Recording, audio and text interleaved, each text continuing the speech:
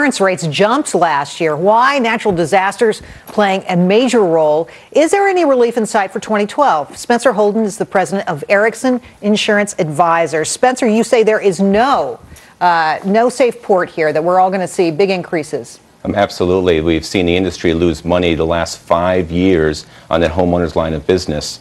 That follows 5 years of actually making money in a very soft market, but the market's hardened. We've seen the natural disasters and the frequency of events, and I think these are different times today than they were. The insurance companies in this line of business are not making money, and unfortunately, we're all going to have to pay for it. Now, you say that premiums could go up as much as 25%. Is that what your customers are seeing right now in their bills?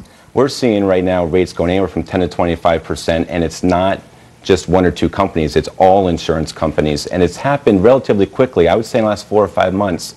I'm of course located in the Northeast. I was at a Trusted Choice Insurance Conference in Florida last week talking to agents from around the country, and there was actually a group from Minnesota that did a presentation on the availability problems in that state.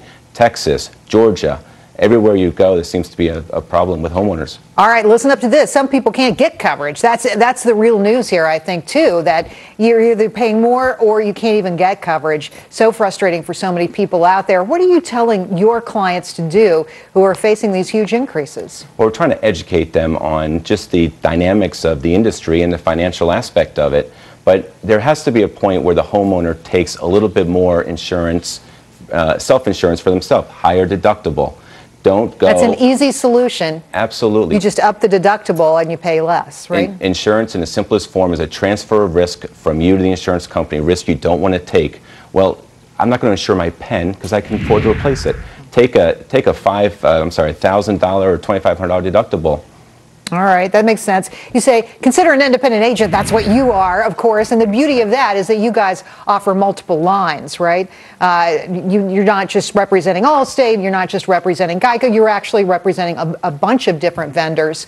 But what about just going online and using no agent whatsoever? I mean, isn't that an option, too, for some folks? It really isn't, in my opinion, because it's a very complicated program. It's not just about price, Gerri. You have to realize that contracts differ from carrier to carrier, and you have to understand the nuances, because you could turn around and be a victim of an exclusion you didn't even know you had. You really need a professional. We're not buying loaves of bread here.